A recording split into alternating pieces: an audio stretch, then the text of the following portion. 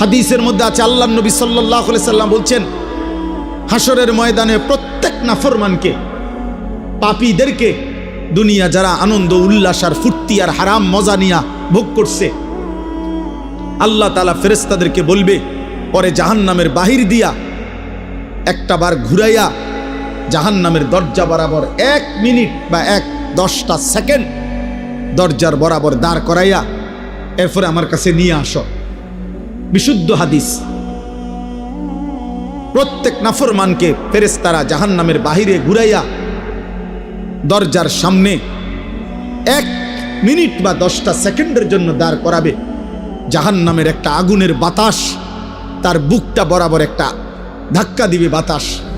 আল্লাহর কসম, নবী বলেন, ফেরেশতা যখন এরপরে ওই নাফরমান ব্যক্তিকে আল্লাহর সামনে আনবে, আল্লাহ তাআলা জিজ্ঞেস করবে, আমার বান্দা, দুনিয়ার হায়াত তো তুমি খুব আরামেই কাটাইছিলা, ঠিক না? তো সেই নাফরমান পাপী অথচ দুনিয়ায় যে ভোগ বিলাস করছে, সে আল্লাহকে বলবে, রব, জীবনে সুখ কি জিনিস আমি তা কোনোদিন দেখিনি। জাহান্নামে এখনো ঢোকে নাই, জাহান্নামের প্রথম বাতাসের ধাক্কা। প্রিয় ভাই, প্রিয় বন্ধু, দুনিয়া ভুলাই দিবে, সুখের দুনিয়া, সুখের দুনিয়া। এখনো অনেক ছেলে মাঝখানে মোবাইলের ছবি তুলাইতেছে। ফালতু বাপ, তুমি উঠে গেলে ভালো। আমি তো ভোটের জন্য আসি নাই, কাজে ব্যাপক জনসমর্থন আমার দরকার নাই।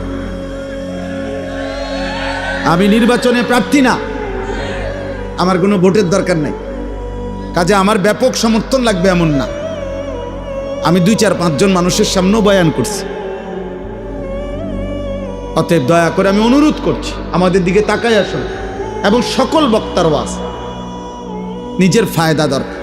এই মোবাইলগুলোতে লক্ষ লক্ষ ওয়াজ আছে, সব বক্তার ওয়াজ আছে। দোস্ত, আমার জীবনে থাকা দরকার, আমার কলিজায় থাকা দরকার, আমার হৃদয়ে উপলব্ধি দরকার, আমার বিবেকের অনুভূতি দরকার। এটুকু যদি ভাবনা না আসে, 3টা ঘন্টা আল্লাহর কথা শুনলাম, অথচ আমার হৃদয়ে সামান্যতম কোনো নড়াচড়া হয় নাই, কি শুনলাম? বললই কি, শুনলামই কি? আয়োজনই হলো কি? হযরত জিবরাইল আলাইহিস সালাম প্রিয় নবী সাল্লাল্লাহু আলাইহি ওয়াসাল্লামের কাছে মানুষের সুরতে ওহী নিয়ে যতবার আসতেন, ততবার নবীজির সামনে এসে বসতেন। এবং প্রত্যেকবার বসতেন কিভাবে? এতটা মনোযোগ দিয়ে বসতেন, মুখোমুখি হয়ে।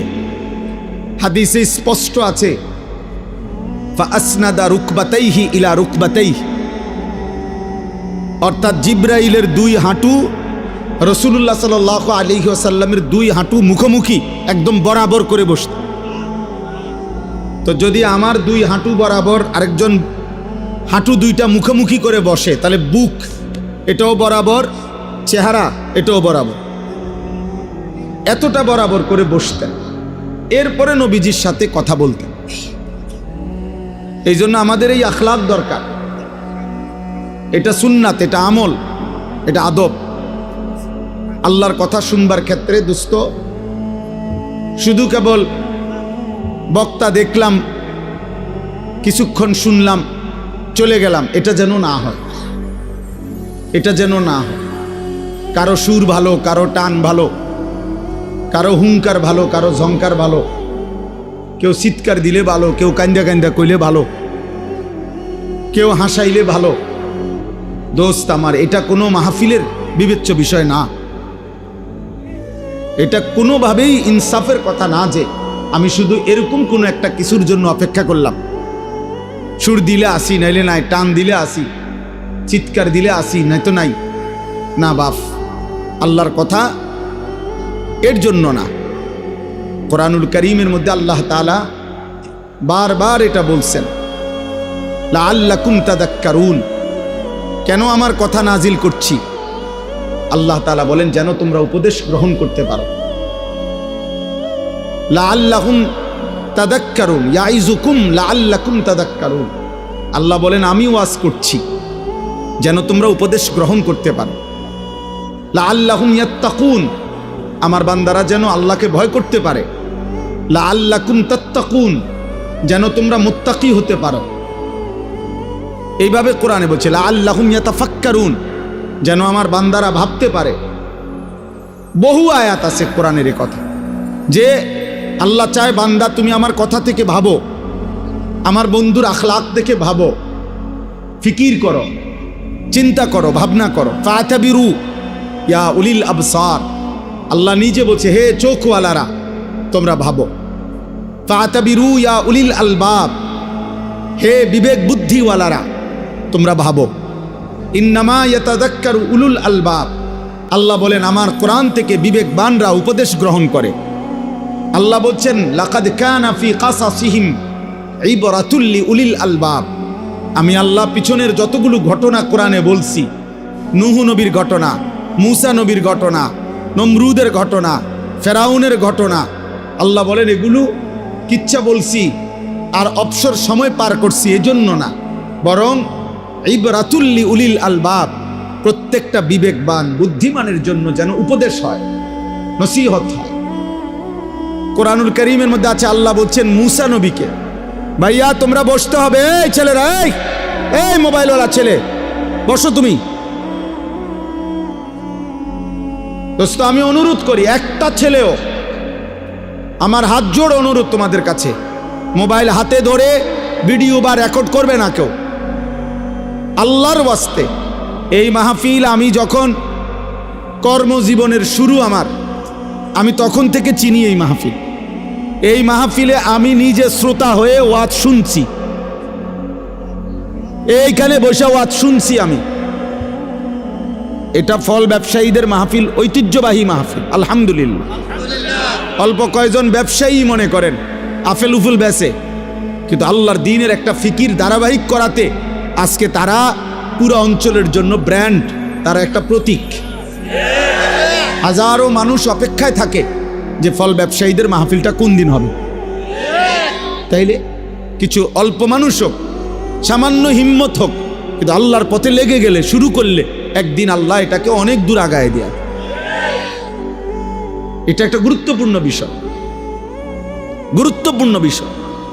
এই জন্য দোস্ত আমি অনুরোধ করছি, আমরা প্রত্যেকে একজনও 2 দিন ব্যাপী এই মাহফিলের লাখ লাখ টাকা খরচ, কারো 10 টাকা, কারো 5 টাকা, কারো কষ্টে ভেজা টাকা, সারাদিন দামাদামি মুলামুলি করে এরপরে অর্জন করা বেচারার লাভের কয়টা টাকার থেকে সে এখানে মাহফিলে দিছে, আখেরাতের আশায় দিছে।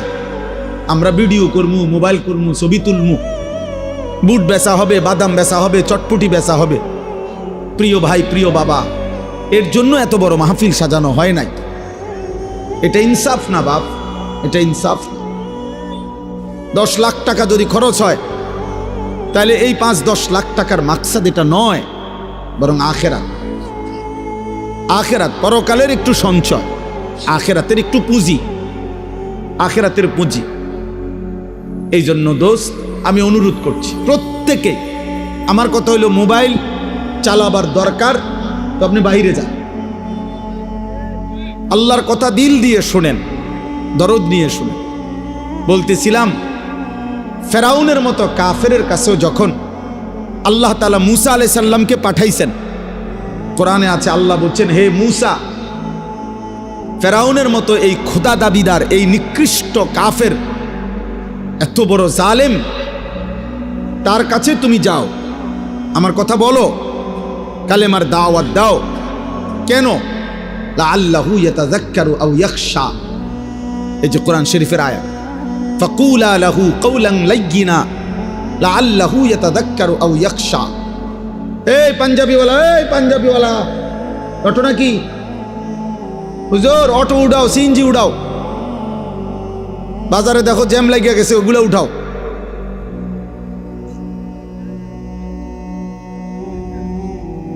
এই জন্য বললাম, আল্লাহ তাআলা বললেন মূসাকে তুমি ফেরাউনের কাছে আমার দাওয়াত দাও, কালেমার কথা বলো। কেন? লাআল্লাহু ইয়াতাযাক্কারু আও ইয়াখশা, হয়তো সে উপদেশ গ্রহণ করবে অথবা আমি আল্লাহকে ভয় করব। তাহলে ফেরাউনের মতো একজন নিকৃষ্ট কাফের শেষ পর্যন্ত সে কি ঈমান আনছে? কথা বলেন না। কিন্তু তবুও আল্লাহ তাআলা তার কাছেও যখন পেশ করছে দিন, মুসা নবীকে পাঠাইছেন, বলছে আমি আল্লাহর উদ্দেশ্য, হয় সে উপদেশ গ্রহণ করবে, নয়তো আমি আল্লাহকে ভয় করব। তাহলে পৃথিবীর নিকৃষ্ট কাফেরের কাছেও আল্লাহর দিন পৌঁছানোর উদ্দেশ্য একটাই, উপদেশ গ্রহণ, আল্লাহকে ভয় করা। তো সেখানে আমাদের কাছে আল্লাহর দিন পেশ করার মাকসাদ কি? তামাশা শুধু? তাইলে আপনি বক্তা যাচাই করে কি লাভ? যে অমুক বক্তার সুরটা ভালো হয়েছে, অমুক বক্তারে এটা ভালো হয়েছে। আমার ভাই, এটা দিয়ে হবে কি? এটা দিয়ে কি হবে? আখেরাত দরকার, আখেরাত দরকার, আখেরাত দরকার। আপনি যদি বুঝেন তবুও আখেরাত হবে, আপনি যদি না বুঝেন তবুও আখেরাত। ভুলে গেলেও আখেরাত হবে, স্মরণে থাকলেও আখেরাত হবে। গোলামি করলেও আখেরাত হবে, নাফরমানি করলেও আখেরাত হবে। সেজদা দিতে দিতে কেউ আব্দুল কাদের জিলানি হলেও মরে যাবে, নাফরমানি করতে করতে কেউ ফেরাউন নমরুদ হলেও মরেই যাবে। ওয়াজাআত সাকরাতুল মাউত বিল হক যালিকা মা কুনতা মিনহু তাহিদ। আল্লাহ বলে, বান্দা সত্য সত্যই একদিন, যেদিকে যাও না কেন বান্দা, যত পলায়ন করো না কেন, যতবারই ভেগে যাও না কেন, একদিন সত্য সত্য মৃত্যুর যন্ত্রণা আসবে। আর মৃত্যুর যন্ত্রণা সাকরাতুল মাউত আল্লাহ কোরআনে ব্যবহার করছেন, তাফসীরের মধ্যে আছে, কারো মৃত্যুর যন্ত্রণা যখন শুরু হয়, যদি সে বিগত 900 বৎসরও পৃথিবীতে হায়াত পেয়ে থাকে আর 900 বছর আল্লাহর নাফরমানি করে থাকে, কিন্তু 900 বছরে কোনো দিন 1 সেকেন্ডের জন্য কোনো রকমের দুঃখ, কষ্ট, বেদনা, এক ফোঁটা চোখের পানি পড়ে নাই, একটা সুইয়ের কাঁটার আঘাত লাগে নাই, পুরাপুরি 900 বছর যেই নাফরমান সুখ আর আনন্দ আহ্লাদে এই দুনিয়া কাটাইছে, খোদার কসম তাফসিরে লিখছে, মৃত্যু যন্ত্রণার প্রথম সেকেন্ডে, 1 সেকেন্ডে আজরাইল জান কবজের আগ মুহূর্তে, মৃত্যু যন্ত্রণার প্রথম মুহূর্তেই 900 বৎসরের সুখ আর আনন্দ নাফরমান ভুলে যাবে, ভুলে যাবে, ভুলে যাবে। পরবর্তী সেকেন্ড যদি তাকে জিজ্ঞেস করা হয়, হে আল্লাহর বান্দা, বিগত দুনিয়াটা তো তুমি খুব আরাম এবং আয়েশে কাটাইছিলা, খোদার কসম তখন ওই নাফরমান বলবে, মাওলা সুখ কি জিনিস আমি তা জীবনে কোনোদিন দেখি নাই, অথচ সে সুখেই ছিল। হাদিসের মধ্যে আছে, আল্লাহর নবী সাল্লাল্লাহু আলাইহি সাল্লাম বলছেন, হাসরের ময়দানে প্রত্যেক নাফরমানকে, পাপীদেরকে, দুনিয়া যারা আনন্দ উল্লাস আর ফুর্তি আর হারাম মজা নিয়া ভোগ করছে, আল্লাহ তাআলা ফেরেশতাদেরকে বলবে, পরে জাহান্নামের বাহির দিয়া একটা বার ঘুরাইয়া জাহান্নামের দরজা বরাবর 1 মিনিট বা 10টা সেকেন্ড দরজার বরাবর দাঁড় করাইয়া এরপরে আমার কাছে নিয়ে আসো। বিশুদ্ধ হাদিস। প্রত্যেক নাফরমানকে ফেরেশতারা জাহান্নামের বাহিরে ঘুরাইয়া দরজার সামনে 1 মিনিট বা 10টা সেকেন্ডের জন্য দাঁড় করাবে। জাহান্নামের একটা আগুনের বাতাস তার বুকটা বরাবর একটা ধাক্কা দিবে বাতাস। আল্লাহর কসম নবী বলেন, ফেরেশতা যখন এরপরে ওই নাফরমান ব্যক্তিকে আল্লাহর সামনে আনবে, আল্লাহ তাআলা জিজ্ঞেস করবে, আমার বান্দা, দুনিয়ার হায়াত তো তুমি খুব আরামেই কাটাইছিলা, ঠিক না? তো সেই নাফরমান পাপী অথচ দুনিয়ায় যে ভোগ বিলাস করছে, সে আল্লাহকে বলবে, রব, জীবনে সুখ কি জিনিস আমি তা কোনোদিন দেখিনি। জাহান্নামে এখনো ঢোকে নাই, জাহান্নামের প্রথম বাতাসের ধাক্কা। প্রিয় ভাই, প্রিয় বন্ধু, দুনিয়া ভুলাই দিবে, সুখের দুনিয়া, সুখের দুনিয়া। এখনো অনেক ছেলে মাঝখানে মোবাইলের ছবি তুলাইতেছ, ফালতু বাপ, তুমি উঠে গেলে ভালো। আমি তো ভোটের জন্য আসি নাই, কাজে ব্যাপক জনসমর্থন আমার দরকার নাই। আমি নির্বাচনে প্রার্থী না, আমার কোনো ভোটের দরকার নাই, কাজে আমার ব্যাপক সমর্থন লাগবে এমন না। আমি 2-4-5 জন মানুষের সামনেও বয়ান করছি। অতএব দয়া করে আমি অনুরোধ করছি, আমাদের দিকে তাকায় আসুন। এবং সকল বক্তার ওয়াজ, নিজের ফায়দা দরকার। এই মোবাইলগুলোতে লক্ষ লক্ষ ওয়াজ আছে, সব বক্তার ওয়াজ আছে। দোস্ত, আমার জীবনে থাকা দরকার, আমার কলিজায় থাকা দরকার, আমার হৃদয়ে উপলব্ধি দরকার, আমার বিবেকের অনুভূতি দরকার। এটুকু যদি ভাবনা না আসে, 3টা ঘন্টা আল্লাহর কথা শুনলাম, অথচ আমার হৃদয়ে সামান্যতম কোনো নড়াচড়া হয় নাই, কি শুনলাম?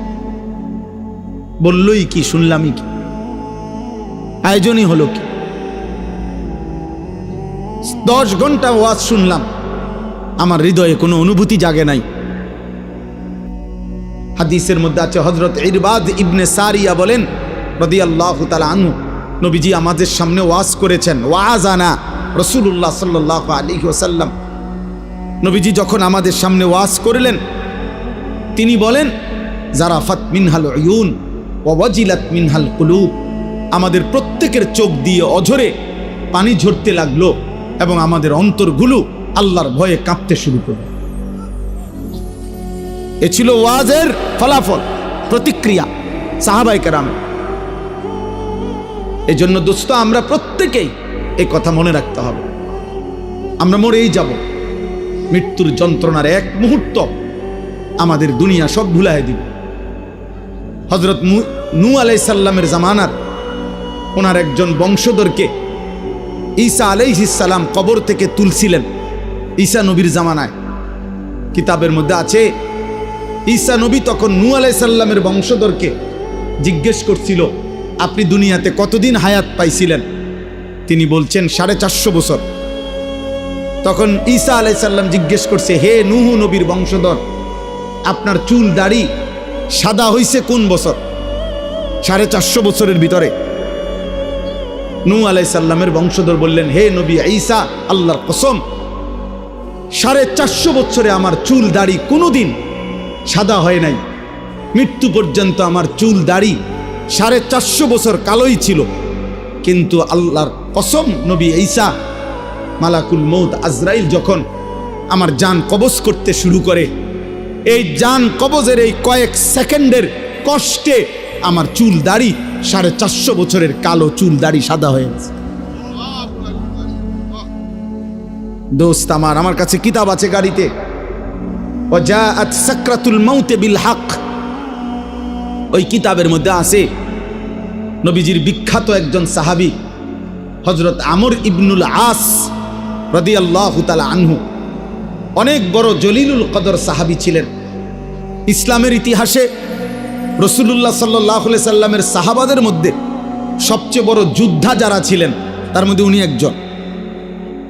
মিশর বিজেতা, মিশর যিনি বিজয় করেছিলেন, হযরত আমর ইবনে আস, ওনার ইন্তেকালের পূর্ব মুহূর্তে যখন উনি মৃত্যু সজ্জায়, ওনার মৃত্যু যন্ত্রণা শুরু হয়েছে, সাকরাতুল মউত, ওনার ছেলে কিতাবে লিখছে, আব্দুল্লাহ ইবনে আমর ইবনুল আস, ছেলেও সাহাবী ছিলেন, বাপ-ফু দুইজনই সাহাবী ছিলেন।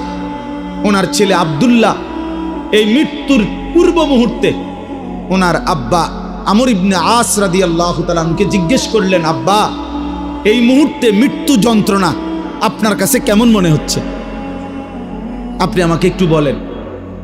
কসম আল্লাহর, সাহাবী আমর ইবনে আস বলে, ইয়া বুনাইয়া, হে আমার কলিজার টুকরা সন্তান, কাআন্না জিবালাদ দুনিয়া আলা সাদরি, আমার কাছে মনে হচ্ছে পৃথিবীর সবগুলো পাহাড় আমার বুকের উপরে চাপ দিয়ে রাখছে। কাআন্না জিবালাদ দুনিয়া আলা সাদরি, পৃথিবীর সবগুলো পাহাড় আমার বুকে চাপ দিয়ে রাখছে। ওয়া কাআন্নি আতানাফাসু মিন সাকবিল ইবরা, আর তিনি বলে, বাপ আমার, সন্তান আমার মনে হয় আমি যেন সুইয়ের ছিদ্র দিয়া একটু নিঃশ্বাস নিতেছি। দোস্ত আমার, নবীর 60 বছরের সাহাবী যদি বলে দুনিয়ার সব পাহাড় আমার বুকে চাপা দিয়া রাখছে মৃত্যুর মুহূর্তে, 30 বছরের নাফরমান, গত 30 বছর ধরে যে সুদ খায়, তার মৃত্যু যন্ত্রণা কি হবে? 365 দিনে, খোদার এক বছরে যে কোনো দিন 5 ওয়াক্ত নামাজ পড়ে না, সেই নাফরমানের মৃত্যু যন্ত্রণা কেমন হবে? বছরের পর বছর যারা হারাম খায়, হারাম উপার্জন করে, মিথ্যা বলে, হারাম রোজগার করে, বছরের পর বছর যারা বেপর্দা, বছরের পর বছর যারা রাতের পর রাত যুবক, নারী, ছবি, অস্থি, দৃশ্য, উলঙ্গ, নাচ গান, মোবাইলের অসভ্যতা নিয়ে ব্যস্ত আছো বাপ, তুমি বাপ যদি মরে যাও, মৃত্যুর মুহূর্তে তোমার যন্ত্রণা কেমন হবে? কেমন হবে? সাথী আমার, দোস্ত আমার, বন্ধু আমার, আমি অনুরোধ করছি আজ এই 2 দিন ব্যাপী তাফসীরুল কোরআন মাহফিলে আমি ছোট ভাই, আমি অনুরোধ করলাম, কবর ভুলে গেলে চলবে না, মৃত্যু ভুলে গেলে চলবে না। ভুলে গেলে কেউ থাকতেও পারে নাই, অহংকার করে কেউ থাকতে পারে নাই, নাফরমানি করে কেউ থাকতে পারে নাই, আল্লাহর হাত থেকে কেউ ছুটতে পারে নাই, আল্লাহর বাঁধন থেকে কেউ ছুটতে পারে নাই বাপ। আয়াহসাবু আল্লাম ইয়ারাহু আহাদ, আল্লাহ বলে আমার বান্দা কি জানে না? সে কি ভেবেছে তাকে কেউ দেখে না? আমার থেকে ছুটবা কেমনে বান্দা? আমার থেকে ছুটবা কেমনে? কোরআনুল কারীমের 21 নম্বর পারা, কোরআনুল কারীমের 32 নম্বর সূরা, সূরায়ে সাজদা। এই যে আমরা যে সেজদা দেই নামাজে, এই সেজদা, এই সূরাটার নাম। এই সূরার 5টা আয়াত, 10, 11, 12, 13, 14, 15, না 14, 10, 11, 12, 13, 14, এই মোট 5টি আয়াত আমি আপনাদের সামনে তেলাওয়াত করেছি। এই আর অল্প একটু সময় ইনশাআল্লাহ। আমার মূলত বয়ান করার কথা ছিল মাগরিব বাদ, আমার ব্যক্তিগত সমস্যার কারণে আমি আব্দুল কুদ্দুস ভাইকে বলছিলাম এশার নামাজের পরে বয়ান করব। অল্প একটু সময় আমি আপনাদের সামনে এই 5টা আয়াতের সংক্ষিপ্ত একটু কথা পেশ করতে চাই। তাফসীরুল কোরআন মাহফিলের একটা বড় বৈশিষ্ট্য কোরআনুল কারীমের তাফসীর, কোরআনুল কারীমের তাফসীর হওয়া। কোরআনুল কারীমের তাফসীরের ক্ষেত্রে লক্ষণীয় বিষয় হলো, প্রত্যেকটা বিবেকবান মুসলমানের লক্ষ্য রাখতে হবে, যিনি কোরআনুল কারীমের তাফসীর করছেন তার কথার মধ্যে, তাফসীরের মধ্যে 6টি জিনিস থেকে কথা থাকতে হবে। তাফসীরুল কোরআন হইতে হবে, কোরআনুল কারীমের প্রথম তাফসীর করতে হবে কোরআনেরই ভিন্ন কোনো আয়াত দ্বারা। আমি এই আয়াতের তাফসীর করবেন তো কোরআনের অন্য আয়াত দ্বারা। কোরআনুল কারীমের দ্বিতীয় তাফসীর হবে রাসূলুল্লাহ সাল্লাল্লাহু আলাইহি ওয়াসাল্লামের কথা, কাজ, বক্তব্যের দ্বারা। কোরআনুল কারীমের তৃতীয় তাফসীর হবে সাহাবায়ে কেরামের বক্তব্যের দ্বারা। কোরআনুল কারীমের চতুর্থ তাফসীর হবে সাহাবাদেরকে যারা ঈমানের সাথে দেখছেন, সাহাবাদের থেকে দ্বীন শিখছেন যারা তাবিঈন, তাদের বক্তব্যের দ্বারা। কোরআনুল কারীমের পঞ্চম তাফসীর হতে হবে আরবি ভাষায়, বিশুদ্ধ আরবি ভাষায় এই শব্দ যেই অর্থে ব্যবহৃত হয় ওই ব্যবহারের আলোকে। কোরআনুল কারীমের ষষ্ঠ তাফসীর হইতে হবে যিনি বলতেছেন তিনি পূর্ণ ঈমান, আমল, তাকওয়া সহ সুস্থ, পক্ষপাত মুক্ত, আকলে সালিম, সুস্থ, সুন্দর, স্বাভাবিক, আমল আখলাকওয়ালা, আকলের অধিকারী কিনা সেটা লক্ষ্য করা। বুঝেন নাই কথা? আকলে সালিম হওয়া। এই জন্য পৃথিবীতে এই 6টি মূল সূত্র থেকে বিচ্ছিন্ন কথা যত সুন্দরী হোক, জাকজমকই হোক, যত চমৎকারই হোক, সেটা তাফসীরুল কোরআন হতে পারে না। তাফসীরুল কোরআন হইতে পারে না। ব্যক্তিগত কথা, নিজস্ব চেতনা, পূর্বসূরীরা কে কি বলছেন এত কিছুর দরকার নাই, আমি বুঝছি এইটা, আমার মত এইটা। এই কথার উপরে রাসূলুল্লাহ সাল্লাল্লাহু আলাইহি ওয়াসাল্লামের কথা, সাহাবাদের কথা, তাবিঈনের কথা, আরবি ভাষার বিশুদ্ধ রীতির কোনো কথা এগুলো নাই, এগুলো বাদ দাও। আমি যেটা বলছি এটা, আমি কি কম বুঝি নাকি? না, আপনি কিচ্ছুই বোঝেন না, আপনি ঘোড়ার ডিম বোঝেন, আপনি ঘোড়ার ঘাস বোঝেন, আপনি কিছুই বুঝেন না। আপনি যদি বুঝতেন তো এটা বুঝতেন যে পূর্ববর্তীদের বক্তব্যের আলোকে, রাসূলুল্লাহ সাল্লাল্লাহু আলাইহি সাল্লামের আলোকে আপনার ব্যাখ্যা করা উচিত ছিল। এজন্য কোরআনুল কারীমের মধ্যে আল্লাহ তাআলা বলছেন হে বন্ধু, আমার কোরআনুল কারীমের অক্ষর হুবহু আমি আল্লাহ যেভাবে নাজিল করেছি হুবহু শতভাগ নিখুঁত মুখস্থ রাখা আপনার অন্তরে, এটা আমি আল্লাহর দায়িত্ব। আপনি যখনই পড়তে চাইবেন, আপনার উম্মতের সামনে পড়তে পারা, আপনার এই যোগ্যতা, এই তৌফিক আমি আল্লাহর দায়িত্ব।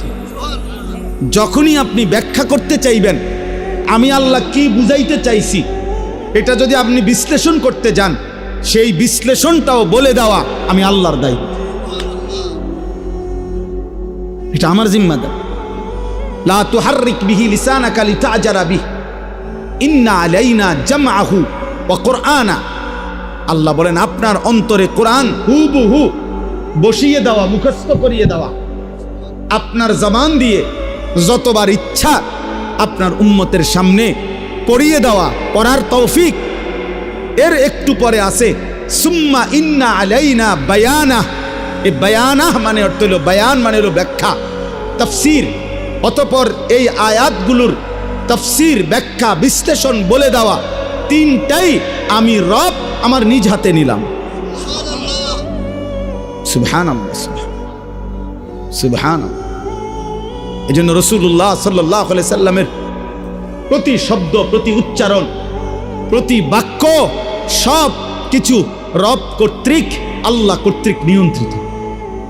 তিনি যখন হাসতেন তো ঠিক কতটুকু হাসবেন এটা আল্লাহ তাআলা নবী সাল্লাল্লাহু আলাইহি সাল্লামকে সাজিয়ে দিয়েছে।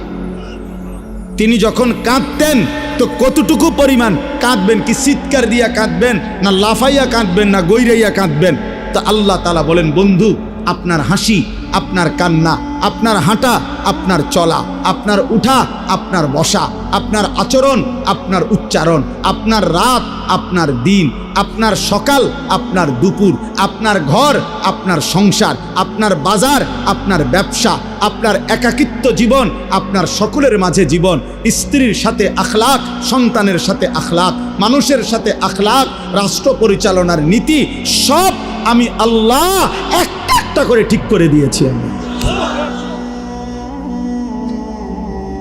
নবী সাল্লাল্লাহু আলাইহি সাল্লাম বাথরুমে বাম পা দিয়ে ঢুকতেন কেমনে? কেন? সাহাবায়ে কেরাম বুদ্ধি দিছে এই জন্য। ডান পাও দিয়া বের হইতেন কেন? ওই কয়েকজনের তুই জিগাইল হইছে কোন পাও দিয়া বাইর হইলে ভালো হয়, এরপরে নাকি? না না, আল্লাহ ফয়সালা দিছে, আল্লাহ ফয়সালা দিছে। ওয়া ইন্নাকা লা আলা খুলুকিন আযীম। আল্লাহ কসম করে বলেছেন, বন্ধু আমার, দোস্ত আমার, আমি আল্লাহ কসম করে বলছি আপনাকেই আমি আল্লাহ তাআলা চরিত্রের সম্পূর্ণ সর্বোচ্চ আখলাকের নীতি, নৈতিকতা, চরিত্র, ব্যবহার, আখলাক, উত্তম আচরণ বলতে যা বুঝায় সব কিছুর সর্বোচ্চ মাত্রা, পূর্ণ শিখর আমি আপনাকে দিয়েই, সর্বোচ্চ পূর্ণাঙ্গ চরিত্র আখলাক দিয়েই সাজিয়ে আমি আল্লাহ আপনাকে পাঠিয়েছি। আচে খুবা হামা দারান তু তনহা দার। আল্লামা ইকবাল এই জন্য বলছে, হে নবী মুহাম্মদ, ১৬ লক্ষ নবী এবং রসুলের যত গুণ, যত সিফাত, সব যদি সব নবীর মুজিজা আদম থেকে ঈসা আপনার একার মাঝে যদি তালাশ করি, আচে খুবা হামা দারান্দ তু তনহা দারি, আপনি একাই সব, আপনি একাই সব। আপনার হাসিও সেরা, আপনার কান্নাও সেরা, আপনার সব সুন্দর, সব সুন্দর, সব সুন্দর, সব সুন্দর। আপনার পরে কোনো কিছুতে, কোনো কিছুর জন্য একটা সুতার বুদ্ধি, এক সুতা, একটা কথা, নতুন বুদ্ধি, নতুন পরামর্শ, নতুন কোনো পদ্ধতি বলার জন্য আল্লাহ বলছে বন্ধু আর কোনো দরকার নাই। সব কিছুর পূর্ণাঙ্গ, সব কিছুর চূড়ান্ত নিয়ম, পদ্ধতি, আদব, আখলাক, শিষ্টাচার, নৈতিকতা, ভদ্রতা, আচরণ, উচ্চারণ সব পূর্ণ করে আপনাকে আমি পাঠাইছি। এই জন্য পরবর্তীতে নতুন করে বলার জন্য আর কিছুর দরকার নাই। এই কারণেও গোলাম আহমদ কাদিয়ানী বেঈমান, বেঈমান, বেঈমান, সে বেঈমান, বেঈমান। খতমে নবুয়ত এটা আমাদের আকীদা, এটা আমাদের আকীদা। কাদিয়ানীরা কাফের, কাদিয়ানী কাফের, সংসদে আইন এটা নিশ্চিত, এটা মনে রাখ। তুই গোলাম আহমদ কাদিয়ানী ভণ্ড, বেঈমান, মুশরিক, মুনাফিক, এই দালাল, ইংরেজের দালাল ছিল এই দালাল। এই দালাল তোর দরকার কি? তুই তুই কিত্তে আইছো তেনে? তোর দরকার কি? তোরে কোন বাদামে কইছে আইতি? তোরে তুই কি দরকার? আমার কি জন্য তোরে লাগবে? ঈমান, ইসলাম, আখলাক, ইলম, আমল, তাকওয়া, ফরহেজগারি, আখিরাত জীবন চলার জন্য আমার নবী বাথরুমে কেমনে ঢুকবে, বাথরুম থেকে কেমনে বের হইতে হবে, কয়টা ঢিলা ব্যবহার করতে হবে, স্বামী স্ত্রীর মিলনের আগে কি দোয়া পড়তে হবে, ফরজ গোসল কেমনে করতে হবে, রাত 2টার গোসল কেমনে করতে হবে, একাকী জীবন কেমন, সবার মাঝে জীবন কেমন, সবই তো তিনি শতভাগ পরিপূর্ণ বলে গেছেন। তোর দরকার কি বেটা?